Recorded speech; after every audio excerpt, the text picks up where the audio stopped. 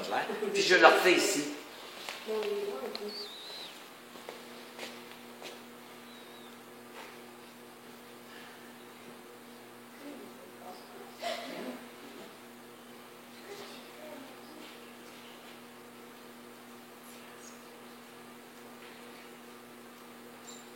Parce que souvent, notre rouge à lèvres va couler. Ça va empêcher de couler le rouge à lèvres. Quand on n'a pas de crayon, des fois, tu cherches ton crayon, puis justement, tu l'as prêté à une amie, tu sais. Donc, tu n'es pas tellement intéressé, connaissant cette personne, tu te dis, ben, j'y donne, je fais un beau cadeau, c'est ma chum de femme. Donc, à ce moment-là, on prend ça. C'est ça. Vous avez ici... C'est le crayon à lèvres. Avec, au bout du capuchon, vous avez l'embout pour aiguiser. Vous avez seulement qu'à insérer la mine et tourner. La mine, c'est un corps grand qui va s'aiguiser toute seule. C'est quand même assez long, ça dure quand même assez longtemps. Puis il ne s'assèche jamais, au contraire, les crayons qu'on aiguise. Ah ouais. Souvent, les crayons qu'on aiguise, on en jette beaucoup, beaucoup. Tandis que ça, ben, c'est plus fin. Ce qu'on a besoin comme crayon à sourcil, crayon à lèvres et l'élène, c'est ce qui est délicat. C'est pas un bord de crayon là, de 3 pieds de large qu'on va avoir. C'est quelque chose qui est délicat. Donc, vous pouvez prendre votre soupe. Si quand vous sortez, vous dites, ben là, ça, je vais prendre un verre ou un truc comme ça, je vais prendre manger, ou je n'ai pas tout le temps la paille ou des trucs comme ça, ou jouer beaucoup mes lèvres, ben, tu peux rajouter ton petit brun ou la couleur qui va aller le plus avec ton rouge à lèvres. Moi, évidemment, je mets du brun puis je mets du dark brown. Donc, mais là, depuis 2 heures après-midi que j'ai ça, j'ai parlé, j'ai mangé, j'ai bu, j'ai même bu du vin, vous voyez, puis mon rouge à lèvres est quand même, vous voyez, il n'est pas trop sur le bord du verre. Fait que ça veut dire que c'est quand même un bon rouge à lèvres. Il est quand on pourrait le classer comme dans le color en dur. Sauf que si vous prenez des rouges à lèvres color en dur, dans le vrai sens du mot, n'oubliez pas que c'est des rouges à lèvres qui vont enchasser votre lèvre énormément. Vous allez avoir des gerçures à un moment donné, il tient sur le moment. Mais par contre, dans 15 jours, 3 semaines, vous allez avoir les lèvres chasses. Donc, vous êtes mieux de prendre un rouge à lèvres qui est beaucoup plus crémeux, mais qui fixe bien. Donc, à ce moment-là, vous n'avez pas de problème. Elle va vous le montrer.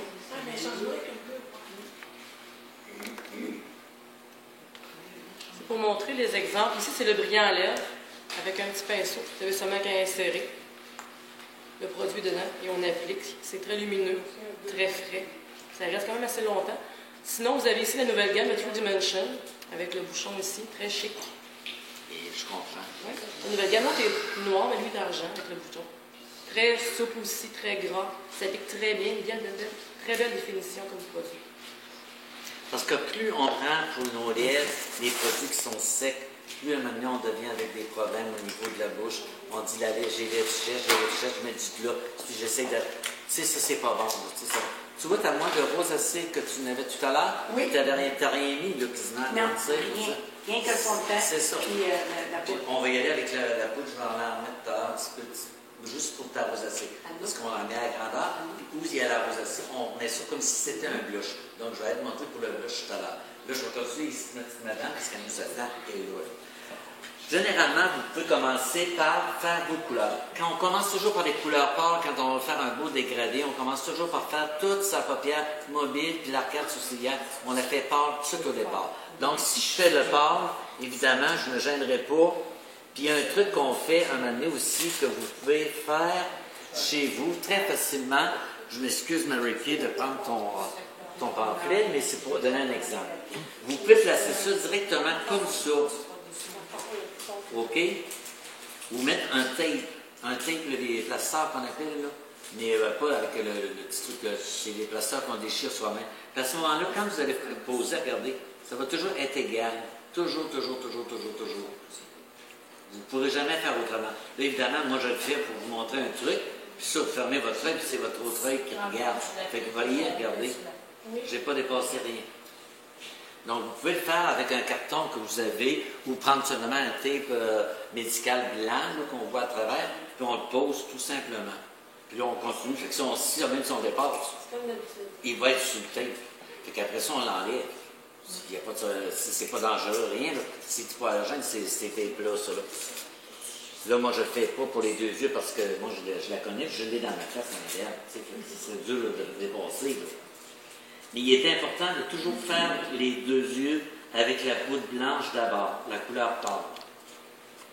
Ici, madame, elle porte un verre, évidemment, donc elle n'a pas besoin d'une épilation de sourcils.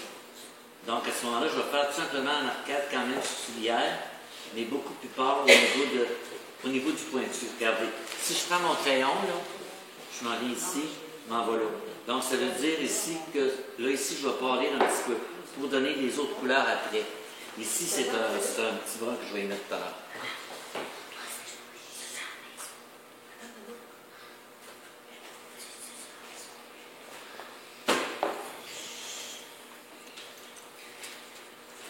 Je vais te laisser nettoyer mon pinceau. Elle ne l'a pas nettoyé, la mère Renaud, c'est pas intéressant.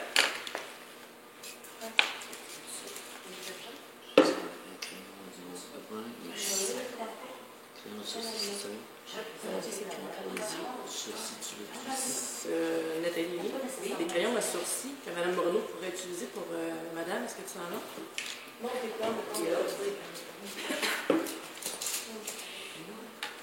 ah, ok, ils sont là. Merci. Il y a une chose que vous pouvez faire. Quand vous avez, vous prenez le crayon à sourcils, là, on va prendre le crayon à sourcils ici, ça c'est le brun. Il y a celui-là aussi.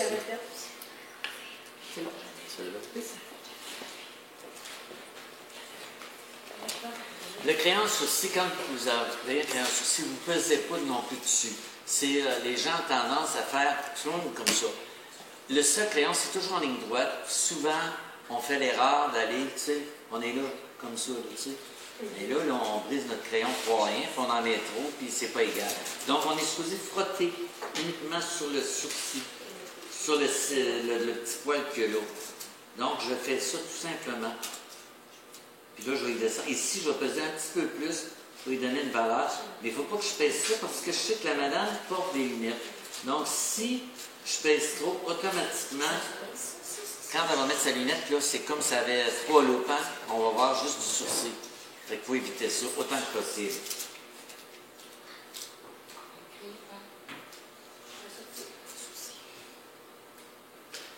Si madame avait été, par exemple, une personne parce que les mascaras, vous les avez dans différentes teintes aussi, je pense. Hein? Oui. Vous avez le dark brown, puis brun.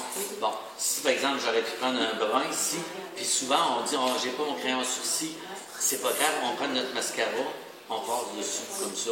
Puis après ça, on passe, on a un petit, ce petit pinceau-là, ici, vous avez justement ça ici aussi.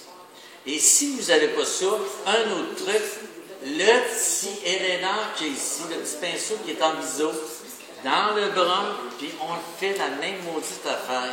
Ça ne change rien. Donc, c'est toutes des petites choses, des fois, qu'on a besoin de savoir, puis on ne le sait pas. On peut remplacer beaucoup de choses. Bonjour. Comment ça va?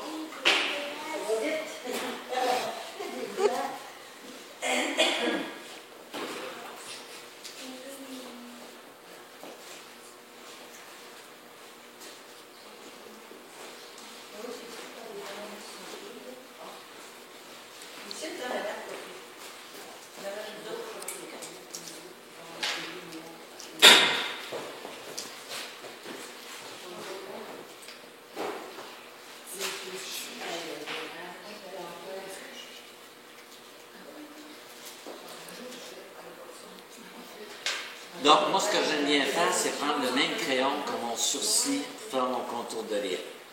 Vous avez, et à ce moment-là, il est sec. Là. Vous entendiez que si je le prends, c'est va être un produit sec. Donc, ça va me prendre sûrement un corps gras. Mais quand j'ai mis son hydratant, n'oubliez pas, j'en ai mis partout. J'ai même passé sous ses lèvres, sous sa bouche, j'ai passé partout.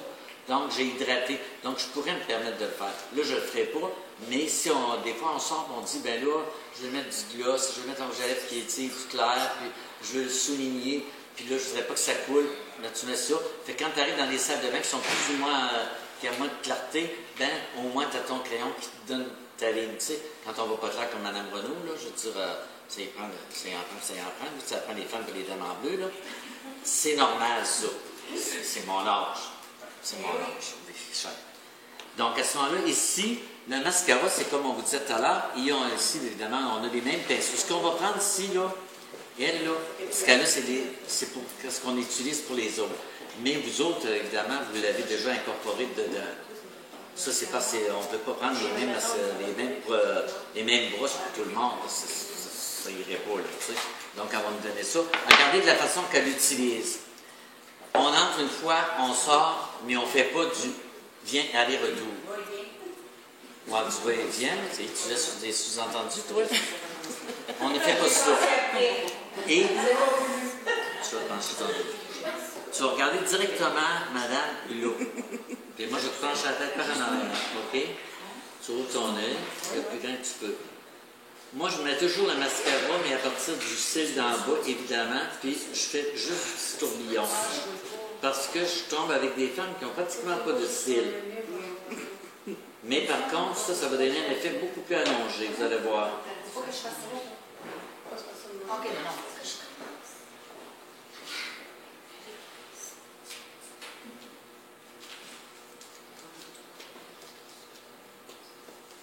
Si vous regardez dans